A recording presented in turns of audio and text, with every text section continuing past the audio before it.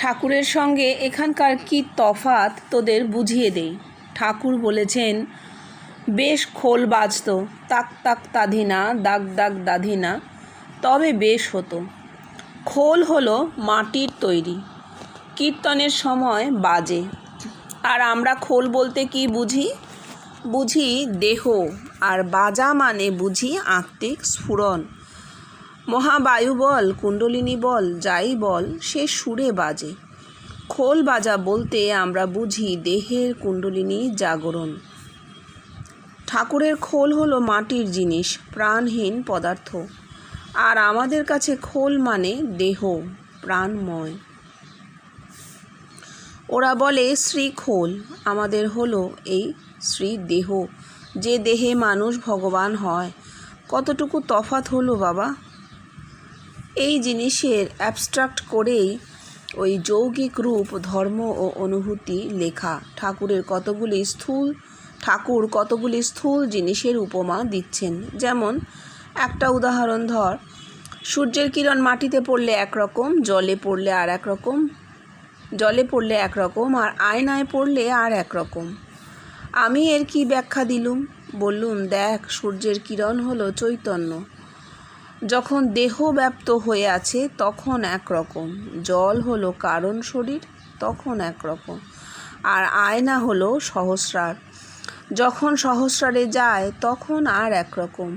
ঠাকুরের সঙ্গে এখানকার এই হলো তফাৎ। হ্যাঁ, ঠাকুর তো সমস্ত বেষ্টির কথাই বলেছেন। কুণ্ডলিনী জাগরণ বেষ্টি, দেহ হচ্ছে খোল। এই দেহ খোলে কীর্তন মানে সুর, কুণ্ডলিনী জাগে। এগুলো উনি বলে দিলেন আলাদা করে, নাহলে মানুষ ওই মাটির খোল আর কীর্তন এগুলোই বুঝতো আর ভাবতো ঠাকুর ওই ধরনের খোল পছন্দ করছেন। তার ইচ্ছে হচ্ছে বেশ খোল বাজতো, তাহলে ভালো হতো, মানে কীর্তন হতো। তা নয়, ঠাকুর বলতে চাইছেন দেহ। ঠাকুরের খোল হলো মাটির জিনিস, প্রাণহীন পদার্থ। সত্যি লোকে সেটাই ভাবতে, কিন্তু উনি বলে দিচ্ছেন যে দেহটা প্রাণময়, আর দেহে সুরে কুণ্ডলিনী জাগে, সেটাই কীর্তন। আবার সূর্যের কিরণ নিয়ে উপমাটা ব্যাখ্যা করে দিচ্ছেন যে জলে পড়লে একরকম, মাটিতে পড়লে একরকম, আয়নায় পড়লে একরকম। পুরোটা কিন্তু বেষ্টিতে। এবার যদি আমরা বিশ্বব্যাপীতে ভাবি তাহলে কি হবে? এই যে খোল বাজবে কীর্তনের সময়, যে বাজে, সমস্ত ব্রহ্মাণ্ড জুড়ে একটা সুর আছে। সেই সুর আমাদের কানে আসে না, তার কারণ আমাদের কান 20 থেকে 20,000 ফ্রিকোয়েন্সি মাত্র ধরতে পারে। খুব সম্প্রতি এই সমস্ত স্পেস রিসার্চ থেকে ওরা কি করছে, ওই শব্দের যে টানা সুরই বলবো, শব্দ প্রবাহ, সেই প্রবাহগুলোকে ধরে আমাদের ফ্রিকোয়েন্সিতে কনভার্ট করতে চেষ্টা করছে। তার ফলে আমরা স্পেসের একটা শব্দ শুনতে পাচ্ছি, একটা সুর প্রবাহ শুনতে পাচ্ছি, সুরের মতো করে একটা বাজে। সোলার স্টর্ম, সূর্যের চারপাশে যে ঝড়, ঘূর্ণনের ফলে সেই ঝড়ের শব্দ তারা ক্যাপচার করছে। তাহলে সমস্ত ব্রহ্মাণ্ড জুড়ে সুর আছে। এবার মানুষের ভাণ্ডেই ব্রহ্মাণ্ড, প্রত্যেকটা মানুষ জগৎকে ধারণ করে রেখেছে। তাহলে ব্রহ্মাণ্ডে যে সুর, সে সুর আমার মাথাতেও আছে, তোমার মাথা, প্রত্যেকটা মানুষের মাথাতে আছে, তাই না? তাহলে এই খোল বাজবে কি করে? অর্থাৎ সুরটা আমরা ধরতে পারবো কি করে? এই সুরের ফ্রিকোয়েন্সি ধরা যায়? বিজ্ঞানীরা তো বাইরে থেকে এইভাবে করছেন, ভেতরেও সুর ধরা যায়, ধরা পড়ে। ভেতরের সুরটা ধরা পড়ে। তুমি বালিশে যদি পাশ ফিরে শুয়ে কানটাকে চাপা দাও, দেবে একটা গুম করে একটা শব্দ শরীরের ভেতর থেকে উঠছে। ব্রহ্মাণ্ড আর দেহভাণ্ড এক। ওই ব্রহ্মাণ্ডের সুরই দেহের মধ্যে সর্বক্ষণ চলছে, সর্বক্ষণ সেই সুরপ্রবাহ আছে। না হলে আলাদা করে কুণ্ডলিনী আর একটা সাপ নেচে বেড়াচ্ছে শরীরে, তা কিন্তু সত্যি নয়। সত্যি এইটা আমাদের রক্তের চলনের মধ্যেও সুর আছে, হৃৎপিণ্ডের স্পন্দনের মধ্যেও সুর আছে, সেই একই সুর ব্রহ্মাণ্ডেও আছে। এটাই হচ্ছে কসমিক ল, যে হ্যাঁ, ব্রহ্মাণ্ড এবং দেহভাণ্ড এক। আর যেখানে উনি বলছেন সূর্যের কিরণ মাটিতে পড়লে একরকম, জলে পড়লে আর একরকম, আয়নায় পড়লে একরকম, এর উনি খুব সুন্দর করে বলে দিয়েছেন। এবার বিশ্বব্যাপীতে সূর্যের কিরণ মাটিতে পড়লে মানে বাইরে জগতে বহুতে বস্তু বিশ্বে মাটি বস্তু মাটিতে পড়লে একরকম, বহু দেখাচ্ছে, টাইম স্পেস এসে যাচ্ছে। তারপর জলে পড়লে একরকম, জল মানে একটা ডাইমেনশন কেটে গেল, দুটোতে চলে এলো, 3 ডাইমেনশনাল জগৎ 2 ডাইমেনশন হয়ে গেল। 2 ডাইমেনশন কোথায় থাকছে? সূক্ষ্মে ভেতরে চলে গেল, মন অন্তর্মুখী হচ্ছে মানুষের, প্রত্যেকটা মানুষের হবে এটা।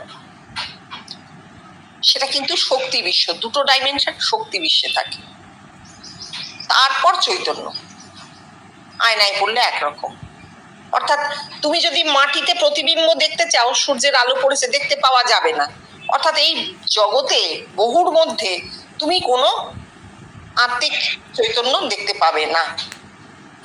শক্তিতে জলে যদি তুমি মুখ দেখো, মুখটা ভেঙে যায়, পুরো সঠিক প্রতিবিম্ব ভাসবে না, দেখা যায় কিন্তু বিকারগ্রস্ত শক্তি। আর চৈতন্যে আয়নায় তুমি মুখ দেখছো, অবিকল দেখছো, কোনো বিকার নেই। চৈতন্য বিশ্বে একই আছে, বহু নেই। এইটা আমরা জানি যে বিশ্বব্যাপীতে এটাই হবে, তাই না?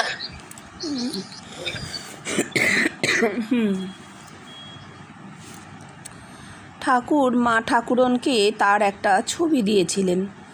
মা ঠাকুরন সেই ছবিটা পুজো করতেন। বেলুর মঠে মায়ের মন্দিরে যে ছবিটা রাখা আছে, তোরা কেউ সেই ছবিটা দেখেছিস? ওরে, এখন ঠাকুরের যা ছবি দেখিস, ও তো অনেক ঘষা মাজার পর ওই ছবি দাঁড়িয়েছে। কিন্তু সেই ছবিটাতে দেখেছিলুম কি হার্ড স্ট্রাকচার ঠাকুরের। এই রকম হার্ড স্ট্রাকচার দেখা যায় ব্যাবিলনিয়ান আর অ্যাসিরিয়ানদের ছবিতে। লন্ডন মিউজিয়ামে বা অনেক বইতে ব্যাবিলনিয়ান বা অ্যাসিরিয়ানদের ছবিতে যে হার্ড স্ট্রাকচার দেখা যায়, সেই রকম স্ট্রাকচার দেখেছিলুম ঠাকুরের এই ছবিটার মধ্যে। কী করে এইরকম হলো কে জানে, অ্যানথ্রোপোলজিস্টরা হয়তো বলতে পারবে। দেখো, যেখানে জাগতিক জ্ঞানের কথা আছে, উনি কিন্তু থেমে গেলেন। আমি অ্যানথ্রোপোলজিও জানি বলে বলছেন না, কিন্তু বললেন ওরা বলতে পারবে কিভাবে হলো। একজন ব্যাবিলনিয়ান বা অ্যাসিরিয়ানদের মতন দেহের স্ট্রাকচার ঠাকুরের কি করে হলো ভারতবর্ষের মানুষের? কারণ ভারতবর্ষের মানুষের হার্ট স্ট্রাকচার নেই দেহে ওরকম। এবার এখানে একটা কথা আছে, কথাটা হচ্ছে যে ব্যাবিলনিয়ান এবং অ্যাসিরিয়ান এই সমস্ত সভ্যতাগুলো ভীষণ পুরনো, অনেক প্রাচীন। আমরা বেদান্ত নিয়ে বলি বটে 8,000 10,000 বছরের পুরনো, কিন্তু তারা যে ভারতবর্ষেরই মানুষ ছিল তার প্রমাণ নেই, একদম নেই।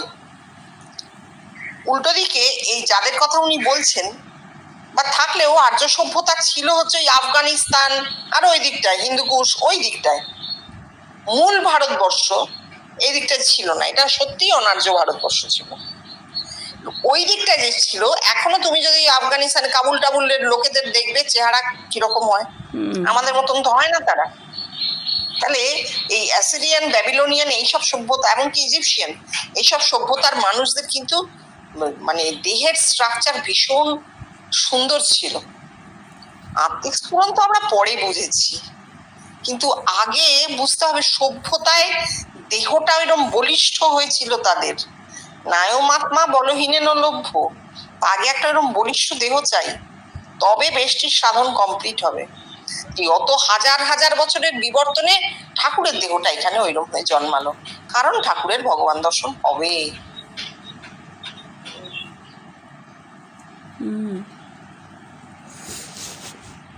কাল রাত্রে 6/11/1960 চামুন্ডা ও অদ্ভুত সব দর্শন হয়েছে। রাত্রে শুয়েছি, কিছুক্ষণ পরে দৈববাণী হলো এইসব স্বভাব সিদ্ধ বস্তু। ভাবলুম তা তো ঠিকই, আমার জীবনে কতই তো দেখলুম, এ আর নতুন কি। শুয়ে আছি, আর কিছুক্ষণ পরেই আবার একটা দুম করে আওয়াজ হলো, বেশ জব্বর আওয়াজ। ভাবলুম বুঝি বাইরে কোথাও শব্দ হলো। চোখ চেয়ে দেখলুম সঙ্গে সঙ্গেই বুঝতে পারলুম এই আওয়াজ বাইরে হয়নি, আমার ভেতরেই হয়েছে। অবাক হয়ে ভাবতে লাগলুম, এত জোরে আওয়াজ মানুষের ভেতরে হয়? তারপর আমার হাঁটুর কাছে কি যেন একটা দেখলুম, যেন কুলুঙ্গির মধ্যে দেবী মূর্তি না কি যেন, আরও সব কি রয়েছে, তবে সবগুলোর রঙই যেন এক, সোনার রং, হিরণ্ময় বর্ণ। জেগে শুয়েছি, কিছুক্ষণ পরে এক অদ্ভুত রূপ, একটা ফ্যান্টাসম্যাগনোরিয়াল রূপ,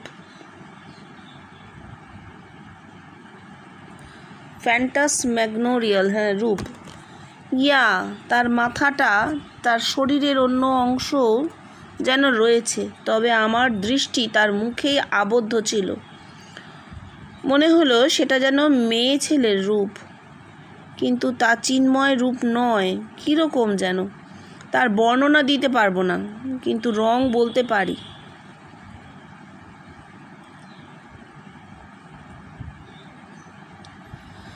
জলে জ্যোৎস্না পড়লে যেমন হয় সেই রকম রং।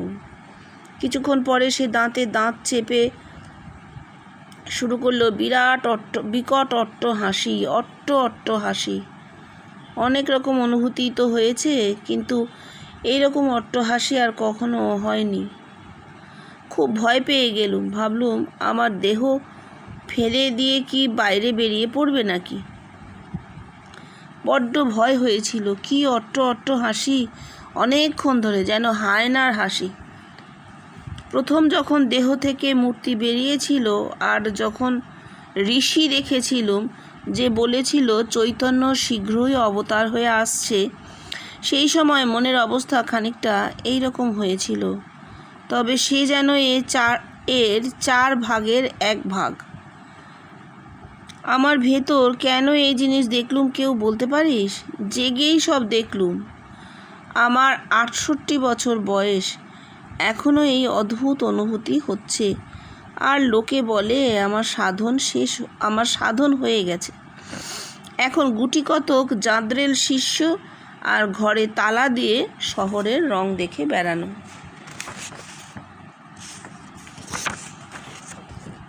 ওরে, এসব তোদের ফিলোসফির বাইরে। এসব হয়ে যাবার পরই মনকে সহস্রারে তুলে এদিক ওদিক খুঁজে বেড়াচ্ছি, কি করে হলো, যদি কোনো হদিশ পাই, কিন্তু কিছুই বুঝতে পারলুম না। অট্ট হাসি কখন বল দেখি? ধ্বংসের সময়, প্রলয়ের সময়। এটা বুঝতে পারছি, আদ্যাশক্তি খুব রুদ্র রূপ ধারণ করেছেন। শ্রীজীবনকৃষ্ণ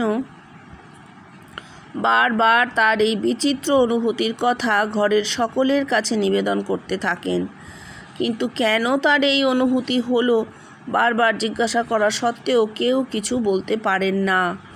শ্রী ধীরেন রায় বললেন, চণ্ডীতে এই অট্টহাসির কথা উল্লেখ আছে, এটি চামুণ্ডার অট্টহাসি।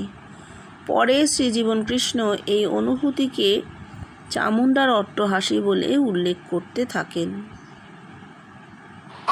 এত সুন্দর করে উনি বলেছেন, এখানে আমাদের আর ব্যাখ্যা করে বলবার কোনো জায়গা নেই। কিন্তু দেখো, প্রথমে তাকে কিভাবে তৈরি করছে। রাত্রে শুয়েছি, দৈববাণী হচ্ছে, তার মানে জেগে শুয়ে আছেন, দৈববাণী হচ্ছে। এবং জাগা দর্শন, জেগে জেগে দেখছেন পুরো জিনিসটা। বলছে স্বভাব সিদ্ধ বস্তু। স্বভাব সিদ্ধ, আমরা এতদিন নিত্য সিদ্ধ, অমুক সিদ্ধ, তসুক সিদ্ধ পড়েছি, স্বভাব সিদ্ধ তো পড়িনি। স্বভাব সিদ্ধ মানে সহজাত, জানিয়ে তুমি জন্মেছ, তাই সেই কি নিয়ে জন্মেছি উনি দেখছেন। ও সবার শরীরে আছে, কিন্তু ওনার শরীর থেকে বেরিয়ে ওনাকে দেখানো হচ্ছে। 6/11/1960 তারিখে দেখছেন যে প্রথমে কুলুঙ্গিতে দেবী মূর্তি না কি যেন, আরো সব কি রয়েছে, সব সোনার মতন রং তাদের। এই যে জিনিসটা উনি দেখছেন, এটা কি আমাদের মাথায় যে পুরনো সংস্কার গুলো আছে সেগুলোই দেখছেন, কিন্তু দেখছেন সোনার মূর্তিতে। অর্থাৎ তাদের আলটিমেট জায়গায় তারা পৌঁছে গেছে। আর সেই ধর্ম, পুরনো ধর্ম তার চূড়ান্ত পর্যায়ে পৌঁছে গেছে, আর সেগুলো থাকবে না। থাকবে যে না, সেটা কি করে? তারা তো রয়েছে, তাদেরকে তো এখনো তিনি দেখছেন। তাদের ধ্বংস করার জন্যই এই এত বড় রূপটা তিনি দেখলেন, যেটা ভয় পেয়ে গেছে, দাঁতে দাঁত চেপে অট্টহাসি অট্টহাসি, সমস্ত ধ্বংস করার জন্য যেন সে এসেছে, ভয় পেয়ে গেছে। এই কি ধ্বংস করবে? এই পুরনো সংস্কারগুলো ধ্বংস হয়ে গেল। তারপরে একটা অদ্ভুত কথা উনি বলেছেন যে যখন চৈতন্য শীঘ্রই অবতার হয়ে আসছে, ঋষি দেখেছিলেন প্রথম দেহ থেকে মূর্তি বেরিয়েছিল তখন, তার আগে তার দেহ থেকে কোনো মূর্তি বের হয়নি। মূর্তিটা কখন বেরিয়েছে? তখন যখন অবতার হয়ে আসছেন, চৈতন্য শীঘ্রই অবতার হয়ে আসছেন, এই কথাটা বলবার জন্য ঋষি এসেছিলেন। সেই ঋষি শূন্য থেকে নেমে সামনে এসে দাঁড়িয়ে তাকে বলেছিলেন। এই প্রথম উনি দেখেছিলেন ঋষিকে এবং পরে বুঝেছিলেন দেহ, এই ঋষি তার দেহ থেকে বেরিয়ে সামনে এসে দাঁড়িয়েছে। কত অদ্ভুত ব্যাপার!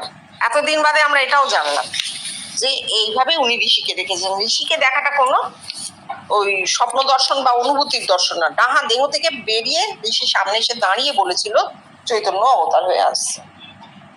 বলছেন এসব তোদের ফিলোসফির বাইরে। তা তো বটেই, প্রচলিত শাস্ত্রে যা আছে তা এর ব্যাখ্যা দিতে পারবে না, একেবারেই বাইরে।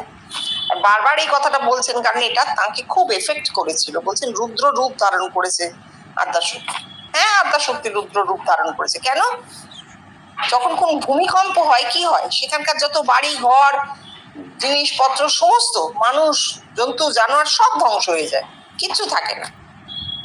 অর্থাৎ একটা স্থিতিশীল অবস্থা অনেকদিন ধরে চলছে, সেটাকে পুরো ওলট পালট করে দেয় প্রকৃতি। তাই এও অন্তর প্রকৃতি। যে সমস্ত সংস্কার একেবারে ইমারত খাড়া করে উপরে উপরে রয়েছে, বিরাট করে স্থিতিশীল হয়ে আছে হাজার হাজার বছর ধরে, তার সমস্ত ভূমিকম্পের মতো ধ্বংস করে দিচ্ছে। তাই জন্য রুদ্ররূপ। কিন্তু সেটা না হলে নতুন জিনিস আসবে কোত্থেকে? আর উনি জানতেন না একে চামুন্ডা বলে। ধীরেন্দা শাস্ত্র পড়া লোক, ঘরে আছেন, 60 সালেই গেছেন। দৈব, কিরকম দৈব? ধীরেন্দা বলছেন এটা চামুন্ডার অট্টহাসি, চণ্ডীতে আছে। রক্তবীজকে ধ্বংস কর। রক্তবীজ তো অসুর, এমন অসুর যার বিনাশ হয় না। আমাদের সংস্কারও তাই। ঠাকুর বলছেন না, অসত্যের বীজ কেটে দিলে সব আবার একটা ফেকড়ি বেরোবে। ঠিক তাই, সংস্কারও তাই, সব কেটে দিলে আবার একটা ফেকড়ি বেরোবে।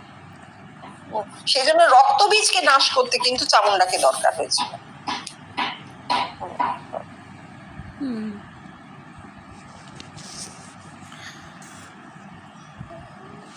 ওরে কি বলবো, সেই অট্টহাসি যদি শুনতিস তবু বুঝতিস ব্যাপার কি। চামুন্ডার অট্টহাসি আমার মাথাটা গরম করে দিয়েছে।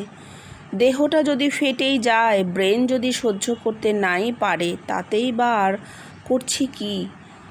ওরে চলতি কথায় যাকে ধর্ম বলে সে কি ভীষণ রে বাবা, কি কঠোর সত্য, এমন মর্মভেদী সত্য যে কি বলবো। এইসব থেকেই বুঝতে পারছি যে দেহের মধ্যে এমন জিনিস আছে যার সম্বন্ধে আমরা কিছুই জানি না, but it is active in its own way.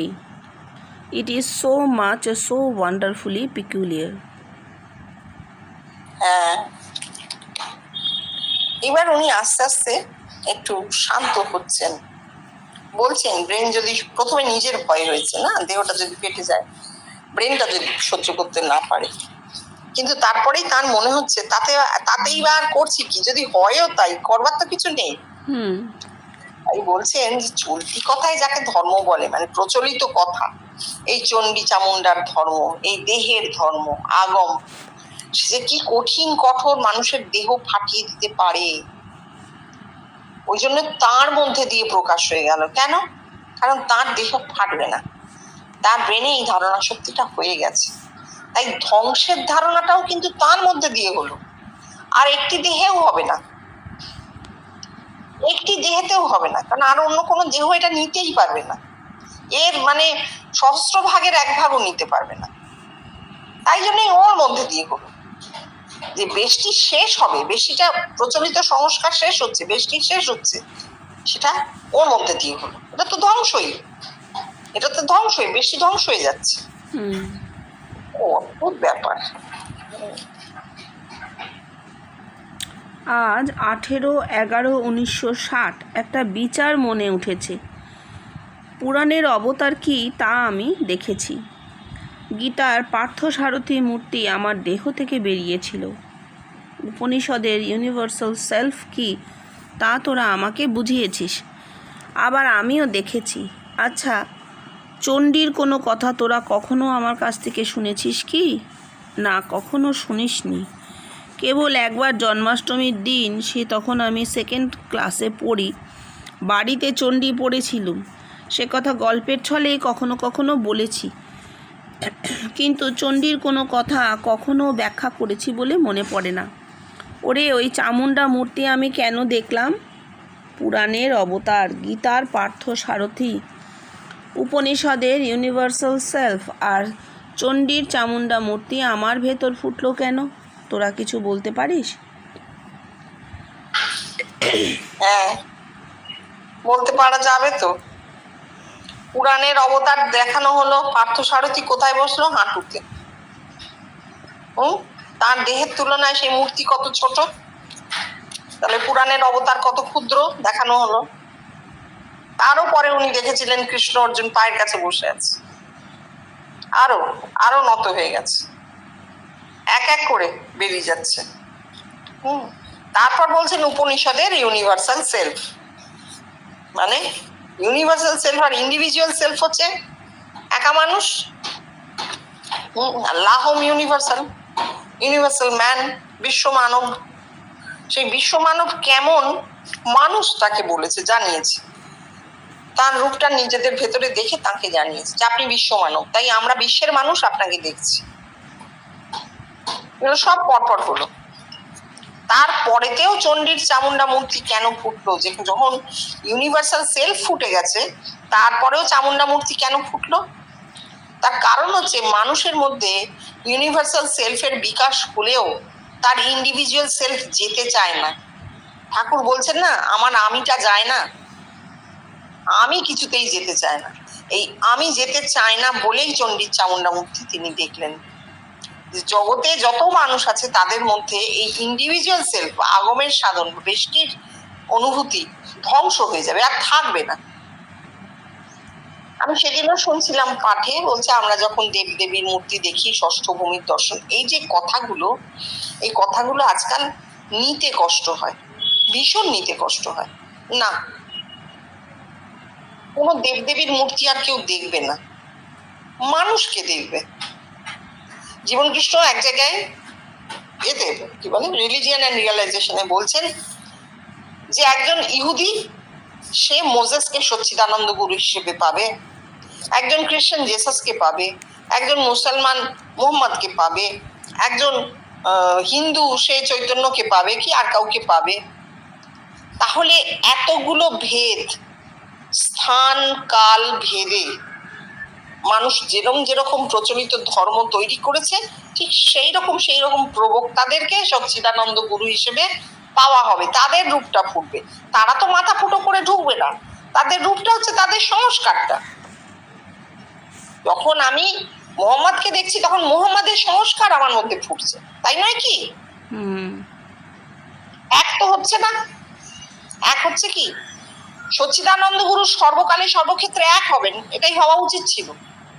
তাই জন্যই গুরু কথাটা, সচ্চিদানন্দ গুরু কথাটা উনি কেটে দিয়েছেন যে না, এটা হবে না, এটা বেষ্টি। কি হবে তাহলে? ইউনিভার্সাল ম্যান, ইউনিভার্সাল সেলফের প্রকাশ হবে, এবং রূপটাও আস্তে আস্তে কেটে যাবে। কেন?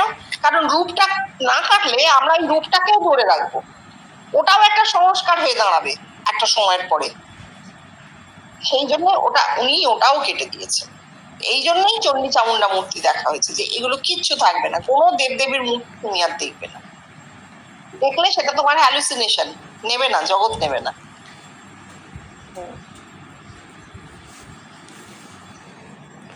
ঠাকুর বলেছেন ঈশ্বর সাক্ষাৎকার হলে তার কাছে কি কতগুলো হাসপাতাল, ডিসপেন্সারি চাইবে? এই কথা দিয়ে আমার চামুণ্ডা দর্শনের কোনো ব্যাখ্যা করতে পারিস? হাসপাতাল ডিসপেন্সারি যারা করে তারা চায় কি লোকের রোগ ভালো হোক, কেমন না? কিন্তু ভগবানকে পেলে সে কথা মনে ওঠে কি? আমি তোদের বলছি জগৎকে আমি আমার মধ্যে পেয়েছি। এখন জগৎকে আমার মধ্যে পেয়েছি মানে তার ভালোও আমার মধ্যে পেয়েছি, তার মন্দও আমার মধ্যে পেয়েছি। এখন চামুণ্ডার কথা মনে কর, সে করছে কি? অস্ত্র শস্ত্র সব খেয়ে ফেলছে। অসুরকুলকে নাশ করে সে সুরকুলকে রক্ষা করছে। চামুণ্ডা রূপে অসৎ যা কিছু সব খেয়ে ফেলেছে। It does not augur destruction but it is a messenger of peace. এটা ধ্বংসের ভবিষ্যৎ সূচক নয়, বরং শান্তির অগ্রদূত। সুর অসুর সমস্তই যে আমার মধ্যে, সে কথা তো আমি ভাবিনি। আমি বাইরের জিনিস ধরে ব্যাখ্যা করতে চাইছিলুম, তাই কিছু বুঝতে পারিনি। আজ যেন এই দর্শনের একটা মানে খুঁজে পেলুম। তোরা বলছিস শান্তি প্রতিষ্ঠাই যদি উদ্দেশ্য, তবে রুদ্ররূপ কেন? একটা শান্ত রূপ দেখলেই তো হতো না? তবে কখনো কখনো dream goes by the contrary. স্বপ্নের অর্থ হয় বিপরীত দিক থেকে। ঠাকুরের জীবন থেকে আমি এর প্রমাণ দেখাবো। ঠাকুর স্বপ্ন দেখলেন শেষ অবস্থায় পায়েস খেয়ে থাকতে হবে, কিন্তু অ্যাকচুয়ালি খেলেন কি? সুজির পুলটিস, তাও চামচে করে একটু একটু গলায় ঢেলে দেওয়া হতো। তখন তার চোখ দিয়ে জল গড়াচ্ছে আর তিনি বলছেন, মা, এই কি তোর পায়েস খাওয়া? চামুণ্ডাকে দেখালো বটে, কিন্তু সে করছে কি? অস্ত্র শস্ত্র খেয়ে ফেলে শান্তি প্রতিষ্ঠা করছে। চণ্ডীতে 3 রকম ক্যাপাসিটির কথা পেয়েছি: মাস্কুলার ক্যাপাসিটি, ইন্টালেকচুয়াল ক্যাপাসিটি আর ডিভাইন ক্যাপাসিটি, অর্থাৎ দৈবী শক্তি। এ হচ্ছে সেই দৈবী শক্তির কথা। এই ব্যাখ্যা তো এখন মনে ধরেছে। তোরা বলিস যদি অন্য কিছু ব্যাখ্যা মনে আসে। হ্যাঁ, এই তো কি সুন্দর উনি পুরো বলে দিলেন যে কেন ডিস্ট্রাকশন হচ্ছে। যা কিছু পুরনো, যা কিছু অতীত, তাকে চামুণ্ডা খেয়ে ফেলছে, কারণ তা আর নেই, তা অনিত্য, তা অসৎ। হ্যাঁ, এইটা না হলে শান্ত হবে কি করে? রুদ্র রূপ লোকে বলতে পারে, কিন্তু রুদ্র ওটা তো তাৎক্ষণিক, সেই সময় মনে হচ্ছে রুদ্র। পরবর্তী অবস্থার যখন সৃষ্টি হবে তখন তো আর রুদ্র থাকছে না। তা এইবার যেটা বলছেন যে চামুণ্ডাকে দেখালো বটে, সে কি করছে? অস্ত্র শস্ত্র খেয়ে ফেলে শান্তি। ঠিক। আর চণ্ডীতে 3 রকম ক্যাপাসিটি বলছে। মাস্কুলার ক্যাপাসিটি মানে দেহের শক্তি, দেহের বল। ইন্টেলেকচুয়াল ক্যাপাসিটি মানে বুদ্ধির বল। দেহ বুদ্ধি ছাপিয়ে তবে গিয়ে ডিভাইন ক্যাপাসিটি বা দৈবী শক্তি। আমরা এই দৈবী শক্তিকে আত্মিক উন্মোচন ভাববো, চৈতন্যের উন্মোচন ভাববো। সেই উন্মোচনটা হবে কখন? যখন আগের দুটো রাস্তা ছেড়ে দেবে, আগের দুটো পথ ছেড়ে দেবে, যে না, আমার দেহের শক্তির দরকার নেই, আমার বুদ্ধিবৃত্তির প্রয়োজন নেই, আমার চেতনার উন্মোচন প্রয়োজন। সেইটি হবে। তাহলে আগের দুটো রাস্তা ছেড়ে দিলে তবে ওইটা হবে। সেই আগের দুটোকে খেয়েছে এই চামুণ্ডা মূর্তি।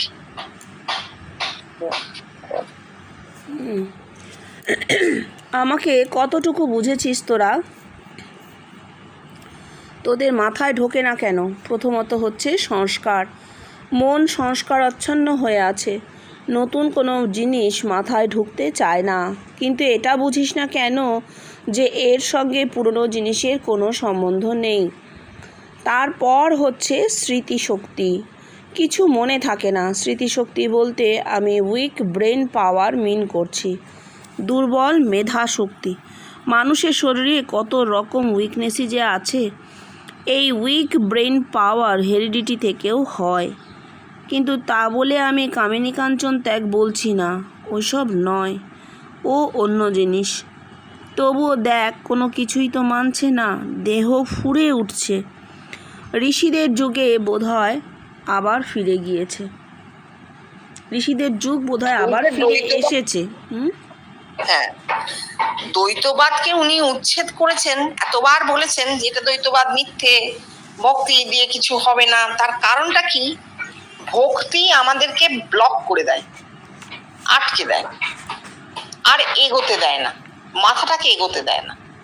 এই যে সংস্কার, এই শীতলা তলায় জল ঢালতে হবে, এই আজকে ওইটা আছে করতে হবে, এই যে আমরা অ্যাকশন করছি, কর্ম করছি কিছু একটা নির্দিষ্ট জিনিসকে সামনে দাঁড় করিয়ে, কাল্পনিক কিন্তু সম্পূর্ণ কাল্পনিক, কল্পনাকে সত্য বলে দাঁড় করিয়ে আমরা জীবনটা কাটিয়ে দিচ্ছি। কেন? আর ভাববো না, এর বেশি আর ভাববো না, মাথা খাটাবো না।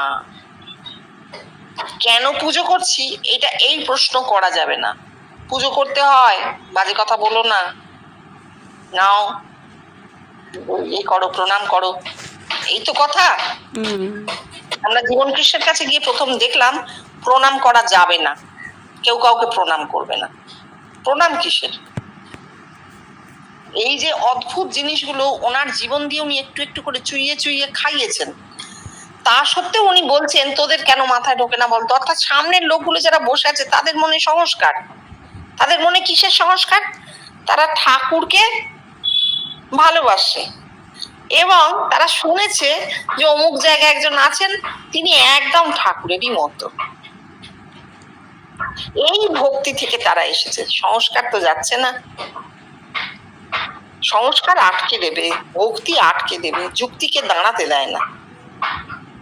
এটাই হচ্ছে কথা, এই জন্য মাথায় ঢুকছে না, মাথায় ঢুকতে চায় না। এবং দেখো এখনো আমরা ভক্তিকে তো ছাড়তে পারিনি, ভক্তির কারণেই চারিদিকে এত লাফালাফি, এত মারামারি, তো ভক্তি। ভক্তিতে লুটোপুটি খাচ্ছে, ভক্তিতে এমন উচ্চস্বরে গান বাজনা করছে যে পাশের বাড়ির লোক মরে যাচ্ছে, যাক আমি তো ভগবানের নাম করছি। কিন্তু এইগুলো কি? এটা তো অমঙ্গল, একে কি মঙ্গল বলে? তাহলে ভক্তি তো শেষ পর্যন্ত অমঙ্গল দিচ্ছে, মঙ্গল দিচ্ছে না। জ্ঞানই চাই, হ্যাঁ জ্ঞানের শেষ নেই, জ্ঞানের অন্ত নেই ঠিক, কিন্তু তাহলেও জ্ঞান চাই। অন্তত ক্ষুদ্র জীবনটুকুর মধ্যে আমি নিজে কি এইটুকু তো জানা যাবে, এইটুকু জানলেই তো হলো, আর জানতে হবে না। মানুষকে জানাই সব, কোনো দেব দেবী ভগবান আল্লাহ কোথাও ঝুলছেন না, ওগুলো মিথ্যে। মিথ্যে একটা, সত্যি হচ্ছে একটা মানুষ, একটা মানুষেরই পর ব্রেন এইভাবে ডেভেলপ করছে, এখনো আমরা সেই পর্যায়ে রয়েছি, করে যাচ্ছি। ঠিক আছে, বলো তাহলে।